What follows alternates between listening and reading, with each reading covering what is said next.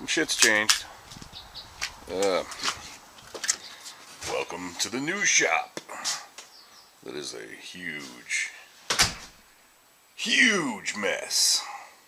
I mean, a huge mess. And there's way more shit in here than I need for there to be in here. So, exactly how I'm going to get this in working order so we can do what we got to do is a big question. A big question. I'm a little concerned.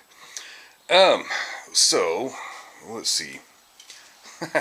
Obviously, there are a few things in here, and there are also some missing things, like the big ass table saw, and man, my joiner. Gotta have my joiner. I don't know where he's gonna live, because that's not gonna work, and I really don't like the idea of having to move him around all the time, every time I want to use him. So, over into the 3-car garage, only one part of it of which I have control. Honestly, all the shit that's in here, I don't even know what's in here, or what isn't. So there's my thickness planer. We need that a lot. I'm not entirely sure how that's going to work. Table saw covered in bullshit. The bandsaw buried deep in that pile of crap. And the shelves behind it that it is obscuring, not only in view but access, is most of our lumber. Yeah. And the radio alarm is a little covered in crap as well. So, okay. Luckily at the moment, starting a new build is not exactly what we're looking at doing. Okay, it has been months, literally months, since we've done much of anything. We're still working on this Wingate beauty. I finally got some knobs put together, but as it was a lot more evident from photographic evidence that they are too damn big. Honestly, I don't think they're too big around. I mean, they're not as big around as your standard LP little hat knobs. However, the fact that they are so incredibly rounded on top, I think, really lends itself to that goofy look. So I'm thinking we'll just shave the top off. In sanding, we didn't quite get away from the... it almost looks like saw burn marks on the very end of them. So I think we're going to try to sand those down, take the rounding off a little bit, and then I think they'll be good. That is the one thing we've been waiting on to really finish this. Because really, other than some fine sanding, the only thing we really need to do is drill our bridge ground hole. And that's it. Yeah.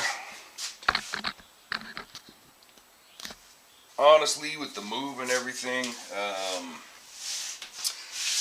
hell, I'm not even set up to build, much less record. So, you kind of got cheated a little last weekend. I worked on the knobs and also fitted the controls.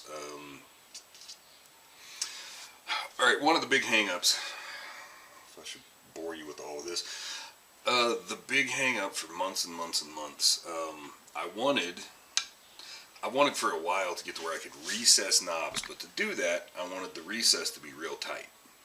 So, for that to work, our center hole in the knob would have to be absolutely 150,000% dead center.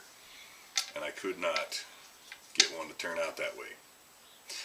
Okay, so fast forward a few months, and I'm looking at 2 guitars sitting in the apartment, one of which we tried to do that and kind of failed.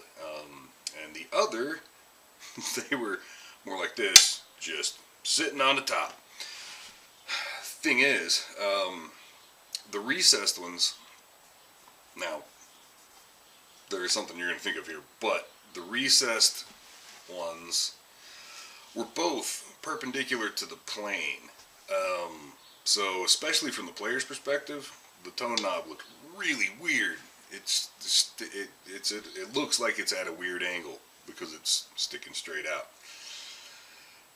The one that I didn't do that on, it's at an angle perpendicular to the plane where the hole actually is, which looks a hell of a lot more natural. Now, I know you're thinking, we'll recess them at that angle. Brilliant idea. How the fuck would I do that? One of these days I want to get to where I can try it, but at the moment I'm not where I can. And honestly, I'm kind of thinking there's nothing wrong with them sitting on top. Maybe we can revisit the recessed knob idea when we do something that's more of a flat body, which brings us to one of our future projects. This bad boy, like I said, was waiting on knobs so I could fit the damn controls and get cracking. We just need to drill that ground, do an ass load of fine sanding, and then I think we're ready to throw some finish on it. Wahoo! Finally, the guitar that took 1.5 years to build. Okay. Meantime, what is to come? I got some ideas. Of course, I've had these ideas for quite a while. Shit, how best to try to show this off. Okay, we already had this planned. Quite some time ago, I got this piece of shit cheap Squier, and I replaced all of the hardware. Where the hell is my trim stick? Anyway, replaced all the hardware on this thing. I mean, all of it. Included string trees. Yeah, blah, blah, blah. Okay. So I got to thinking on some future project I would harvest this hardware off of this piece of crap and build something to put it on. Which would be my first Strat style build. It would also be my first tremolo build. However, we're still going to be neck through. We're still going to have a break angle on the head. I don't know that we're doing the angle jack. I don't know for sure just yet. I just know I had some lumber that was absolutely badass, but kind of needs to be a flat body without a lot of carve. So, and we'll get to that in a minute. But that was the purpose of building the 2x4 as a test for, and I've still got the old shitty hardware that I pulled off of this piece of crap, which we were going to put into this as our test so we can, discover all the pitfalls involved with a Strat style mess.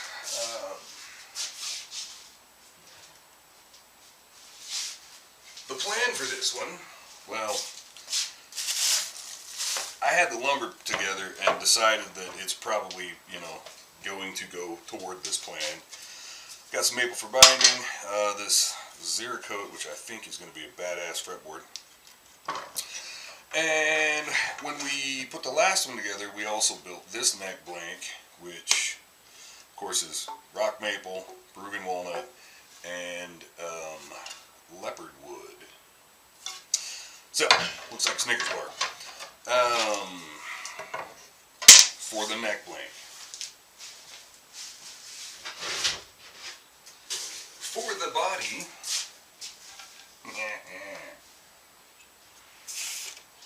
okay, we've also got some other options. I still have one piece of Bacote for a possible fretboard. One of my favorite fretboards turned out that way. If we went that way, I've got some Wingate that we could use for binding, maybe, possibly, who knows.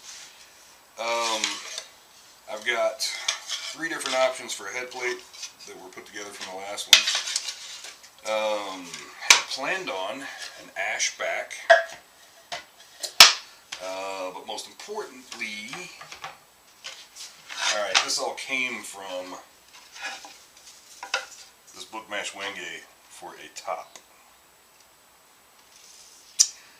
I'm not entirely sure how well that's going to turn out. However, because of the lack of thickness in this, I figured we would have to back that with some Peruvian walnut or something. And yeah, so the way that wingay is, I mean, it's just gorgeous, perfect gorgeous. However, it wouldn't work all that well for a carved body. So I got to thinking this might be the perfect opportunity for a flat style build.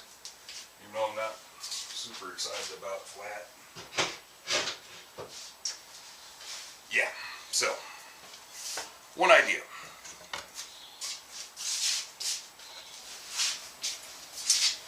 Meanwhile,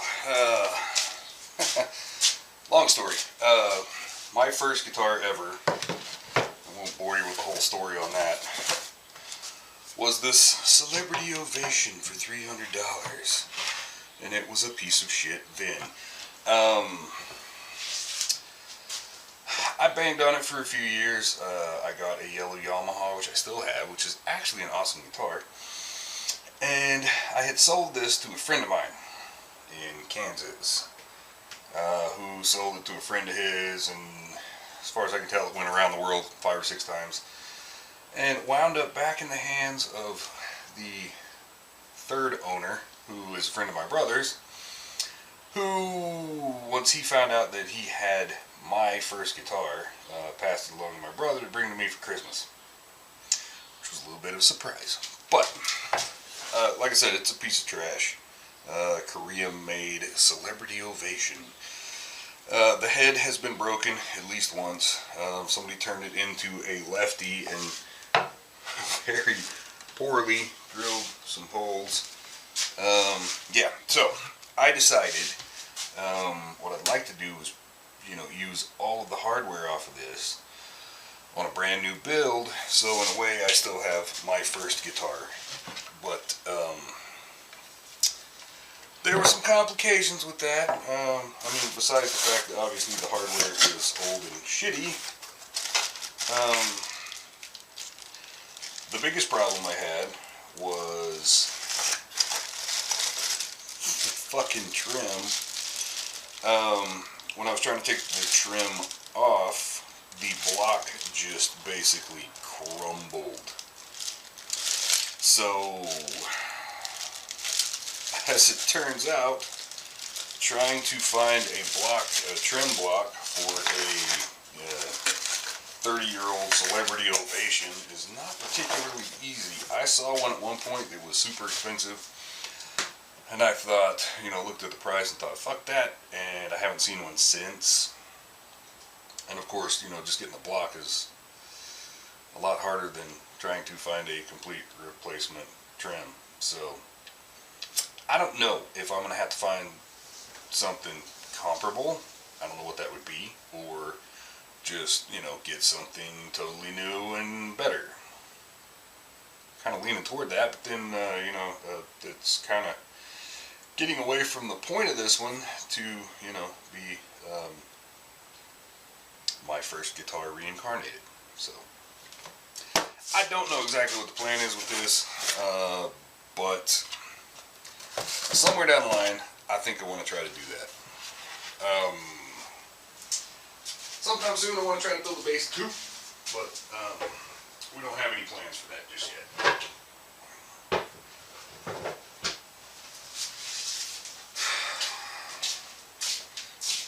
So that's future plans. So my plan at the moment is try to mop up everything on this and get it to a point where we can start throwing some finish on it and get the damn thing put together and done.